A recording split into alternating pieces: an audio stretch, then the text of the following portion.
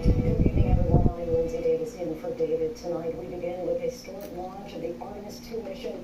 Artemis rocket launch going to the moon. Artemis launch going to the moon after 50 years. Artemis launch of the USA, NASA, USA going to the moon after 50 years since Neil Armstrong.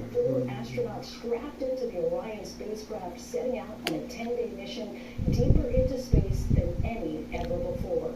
They will orbit the Earth before heading to the moon, circling around the dark side, then returning to Earth. Orbit there. A 10-day mission with a lofty goal to prepare the way for future flights to land astronauts on the moon and build a permanent outpost there. ABC's Jim Benitez leads us off from the Kennedy Space Center tonight. And here we go.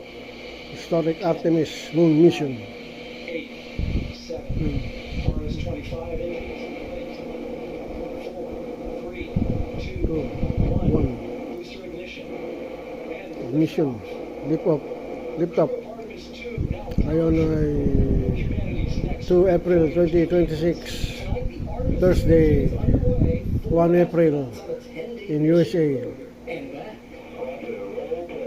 The Orion spacecraft lifting off, powered by that massive 322-foot tall, 6 million pound rocket packed with more than 700,000 gallons of liquid oxygen and hydrogen. Passing 1 minute, approaching max speed. Crowds at Kennedy Space Center